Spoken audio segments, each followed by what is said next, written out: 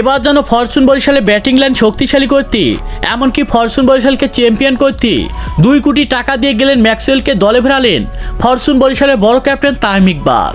আর যা দেখে রীতিমতো অবাক হয়েছেন রংপুর রাইডার্সের ক্যাপ্টেন নুরুল হাসান সোহান। হ্যাঁ দর্শক, বিস্তারিত জানুন পুরো ভিডিও জুড়ে। এবার 2025 সালে বিপিএল লিগে দেখা গিয়েছে টানা 5 ম্যাচ অবিশ্বাস্যভাবে জয়লাভ করলেও যেন রংপুর রাইডার্সের বিপক্ষে বোলিং ব্যর্থতা এমনকি ব্যাটিং ব্যর্থতার কারণে ম্যাচ হেরেছে ফরচুন বরিশালের মতো শক্তিশালী দল। আর ফরচুন বরিশাল ম্যাচ হারার পরে যেন এবার যেন টনক নড়েছে ফরচুন বরিশালের বড় ক্যাপ্টেন তামিম ইকবালের। আর তাই তিনি সব জল্পনা কল্পনার অবসর ঘটিয়ে এবার যেন তাদের ব্যাটিং লাইন শক্তিশালী করতে এমনকি ফরচুন বরিশালকে চ্যাম্পিয়ন ট্রফি তুলে দিতে হার্ড হিটার ব্যাটসম্যান গেলেন ম্যাক্সওয়েলকে দলে ফিরিয়েছেন ফরচুন বরিশালের বড় ক্যাপ্টেন তামিম ইকবাল। তামিম ইকবালের কথা হলো যে যদি গেলেন ম্যাক্সওয়েল আমার দলের হয়ে ওপেনিং পজিশন থেকে হার্ড হিটিং ব্যাটিং পারফরমেন্স করে তাহলে যেন অনায়াসে ম্যাচ জেতাবে আমার দলকে।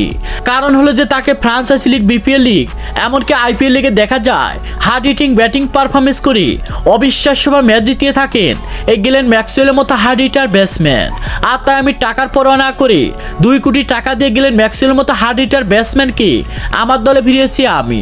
আমার কাছে একটা কথাই হলো যে কোনোভাবে ফরচুন বরিশালকে চ্যাম্পিয়ন ট্রফি তুলে দিতে হবে আমাকে।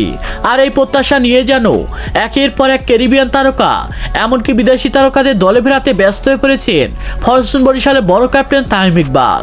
তো দর্শক, পারবে কি ফরচুন বরিশালের বড় ক্যাপ্টেন তামিম ইকবাল একের পর এক বিদেশি তারকা দলে ফিরিয়ে আবারও চ্যাম্পিয়ন ট্রফি ফরচুন বরিশালকে তুলে দিতে? সে বিষয়ে আপনাদের গুরুত্বপূর্ণ মতামত জানাবেন আমাদের ভিডিওর কমেন্ট বক্সে। ধন্যবাদ।